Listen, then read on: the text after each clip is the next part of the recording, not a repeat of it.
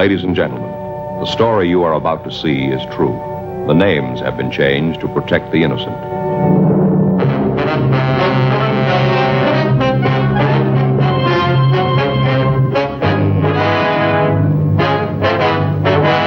Hello and welcome to Bitch, Bitch and Bitch, the podcast that is going to help you complain effectively. In this world where we're having rising prices, some of the larger companies are taking advantage of us. And what we want to do in this podcast, telling you actual stories that we have experienced of how to get the compensation and the money that you deserve. So I'd like to introduce my friend and colleague, Steve Freedman. And Steve has got a particular test case that we're going to discuss. It's an energy company. And, this is very relevant at the present moment because the bills are going up. And what we want to do is to introduce a number of golden rules that we found are very effective as a structure and a framework when we have to take on these large companies. So, Steve, hello and welcome to you. It's great to speak to you. Hello, Dexter. How are you doing today? Very good, thank you. Good. Well, we were talking before that we have this particular power company. I'd love to mention their names, but it is one of the big ones. And you've had this recent experience. And what I want to do before I ask you to take us through this situation, I just want to give us some of the frameworks, some of these golden rules before we even get on the call with these companies. And there are 6 before even making the call. So the first is know your facts. Absolutely. Right. Write them down. Get the names and dates if there is a previous contact, if there are emails or voice messages, or you've issued a complaint on the website, because often that's the first stage. Then know the professional body that governs the organization that you are talking to. It also helps to know what their customer service charter is. And that's quite easy. You just go on their website and you can see the publicity that they're making. And then time the call. So, Steve, over to you. Give us a framework for what actually happened. Well, this has actually happened this week. And I hate, as everyone else does, getting bills from large utilities. But experience has told me that you need to look at those bills very, very carefully, because more often than not, there is one form or another of an error. So the bill arrived this week, which was for my gas and electricity. Now, I was rather lucky because I was on a 2-year fixed contract, which ended on the 23rd of March. So, as everyone knows, I switched from what was a much lower rate to, unfortunately, a very, very high rate, which is what everyone is paying at the moment. Can you put that in context? What was the original kilowatt rate that you were paying? The original kilowatt rate I was paying was something like... Steve is actually... 16.35p per unit on a fixed charge. Tell us again, 16.3 on a fixed rate. 16.35 on a fixed charge. Right. And that now has gone up to... well, it should have gone up to something like 40...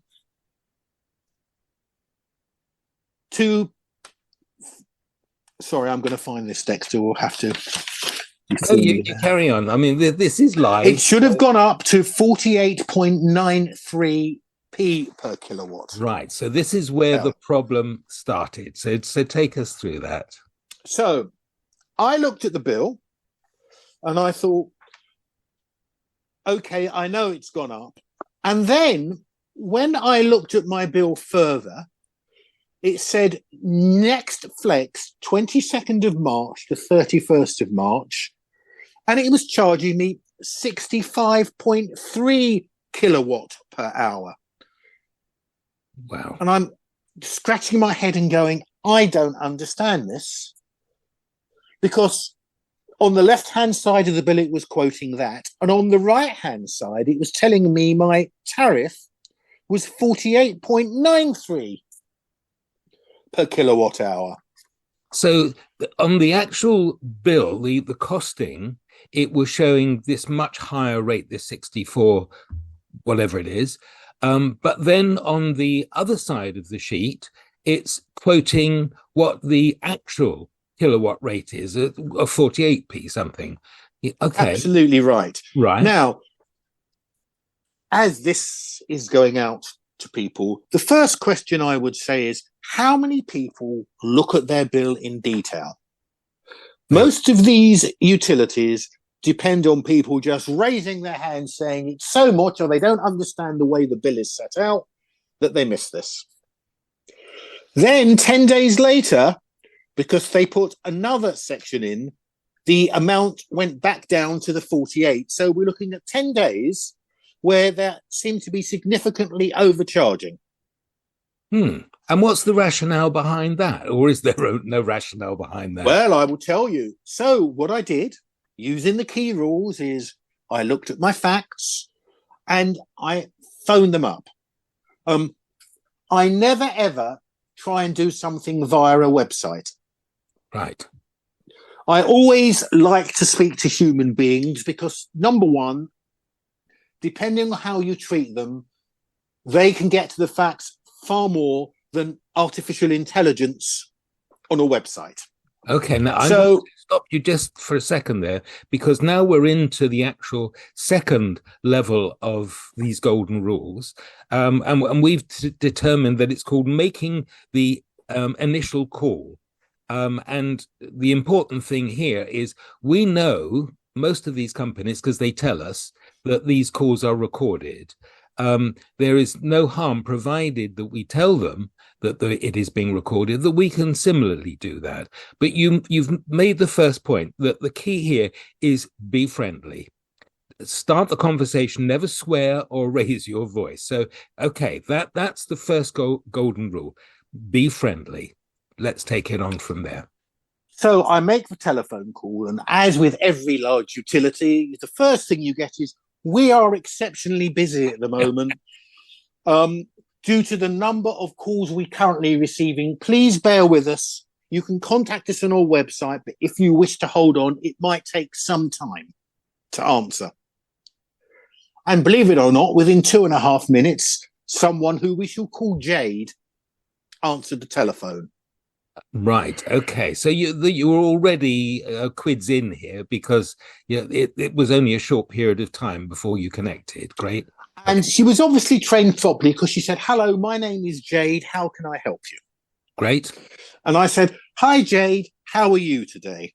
So I didn't talk about the bill or anything, first of all. I wanted to establish a relationship with Jade, and she said, "I'm fine, thank you." And I said, "Are you working from home today?" "Yes." So we did that. And I said, "Jade, I need your help. I am confused. You can call me confused of," and I gave my geographical location, and she went, "Oh, how can I help you?" Okay, we went through let me security. Stop you again then. Let me stop you, because we're into the second of these golden rules when you're actually speaking to somebody, is to get their name. If possible, understand their role, because they may just be complaints handlers, or they may have some authority. So that's what we need to do.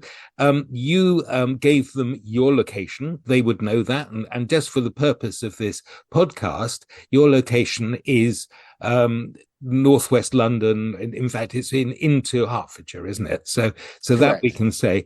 And what you have done, you started very friendly, and you've asked them for help. So already you're creating a relationship with the person you're speaking to. Did you find out where they actually are speaking from? Because you say that's a benefit as well.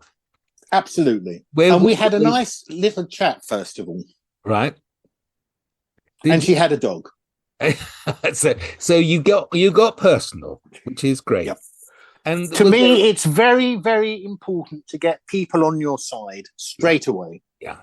Was there an accent that you could pick up on? Because that's not really. Okay, right. That's one of the other things. If you know it's a Scottish, an Irish accent, or whatever, they know where they are as well. Okay, carry on.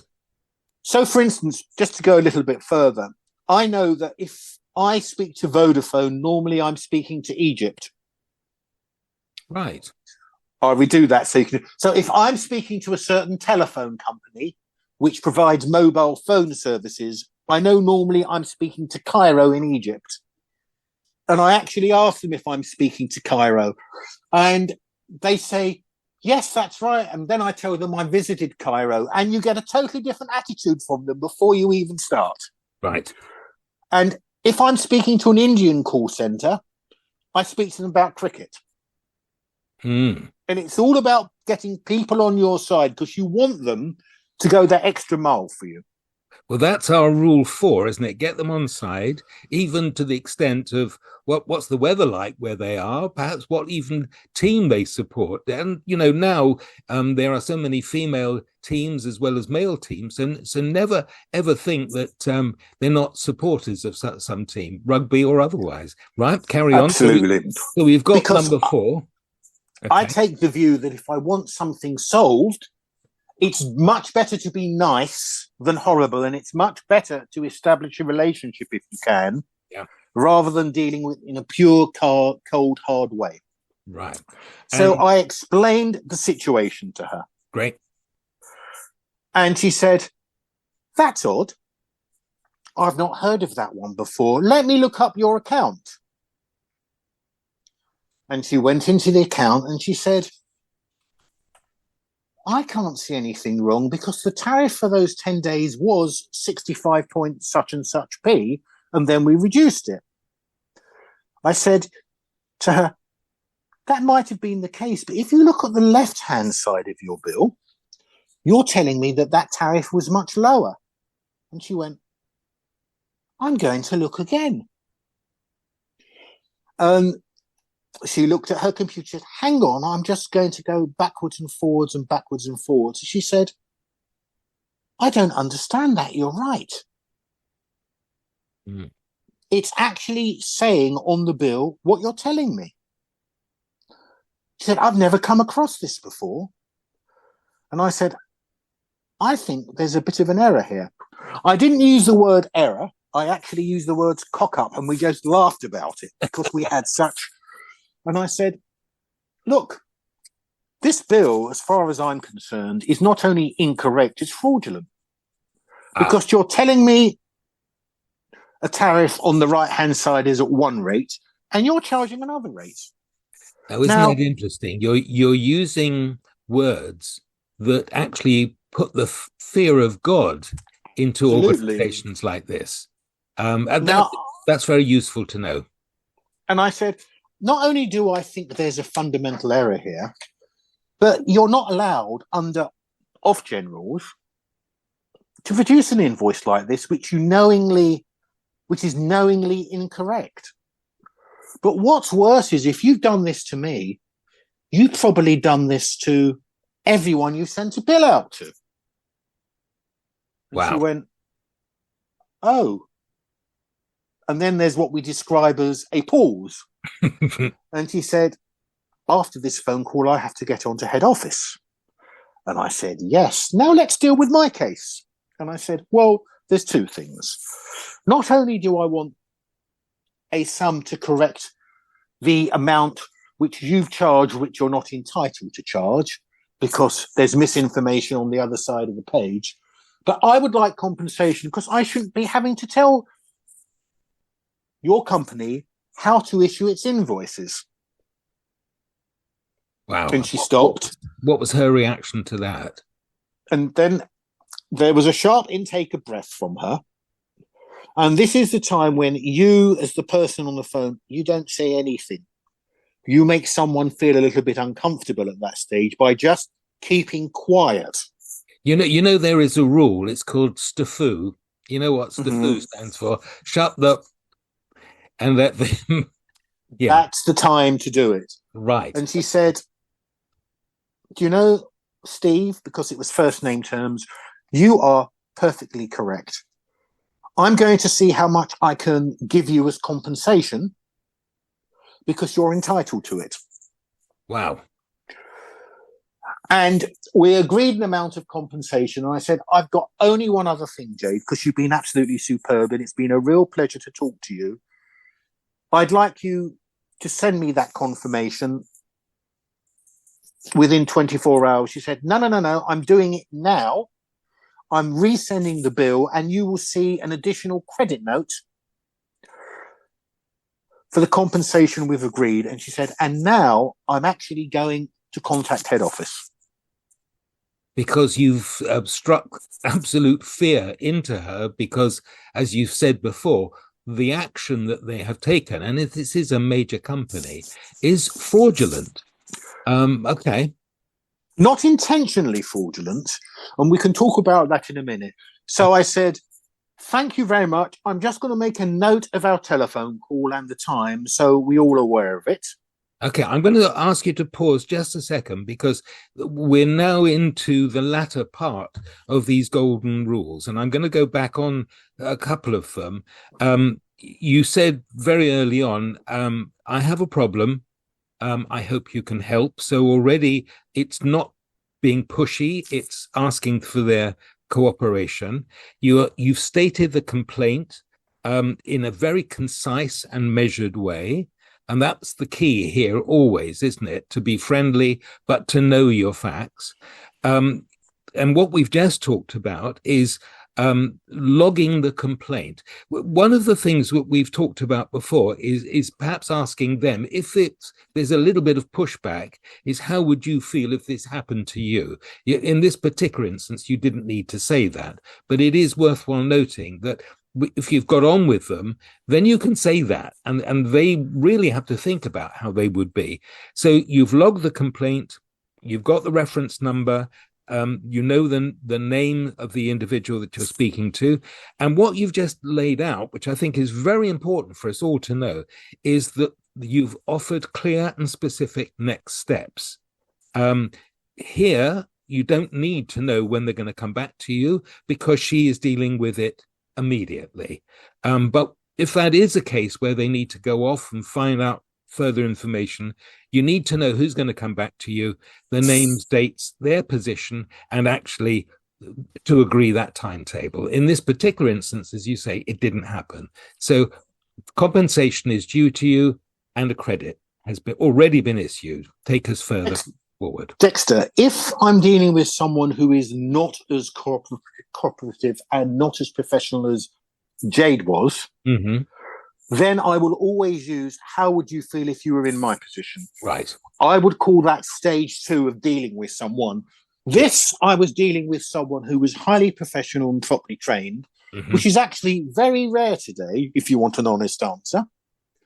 And after we'd agreed everything, I told her that it was a pleasure dealing with her because I felt she was highly professional. Right. And I wish all customer service people were more like her.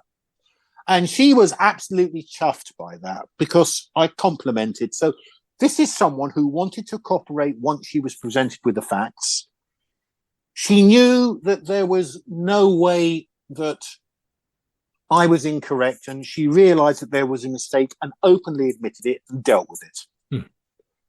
Right. But I still, because I'm such an untrusting person, I still made a note of the name, the agreed amount, and the time, just in case it didn't happen. But it did happen straight away. So this was a highly successful one. As you and I know, I get involved in quite a lot of complaints professionally on occasions. And some are much, much tougher nuts to crack, especially when you don't have someone as well-trained as Jade was. Obviously. The big problem here is that the person who, or the people who program these invoices, one department didn't speak to another department, and they acted in isolation. And then the biggest thing with utilities is there was no one to check anything to make sure it made sense, and it clearly didn't make sense. But to this particular utility, they could have, and probably have, unknowing to them, unknowing to a lot of people, defrauded a lot of people without even realizing it.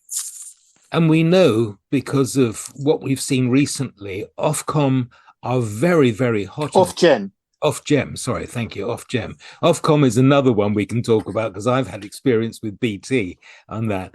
But as you say, Ofgem are very hot and recently have fined a number of companies for misleading us. But here, it's strangely, isn't it? It wasn't even intentional. So you've picked up on this, you've informed them. This is obviously struck fear and trepidation into them. So let's encapsulate for us what we need to do when we get these utility bills in, be it Ofgem, Ofcom, whoever is the governing body. What's your advice to us? The first thing is look very, very, very thoroughly at the bill. These bills are almost designed to confuse you. And unless you look at them and you actually analyze what's on them, there could well be a major mistake. And here there was an unintentional, and it was unintentional, major mistake. That's the first thing you do. And if you are unhappy, phone them up, get the name, take notes, take actions.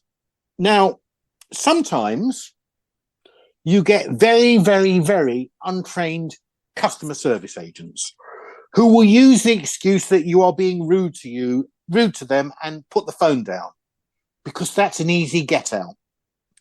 And they're hoping that you won't phone that utility back again. You phone that utility back again. This is your money, which you worked really hard for.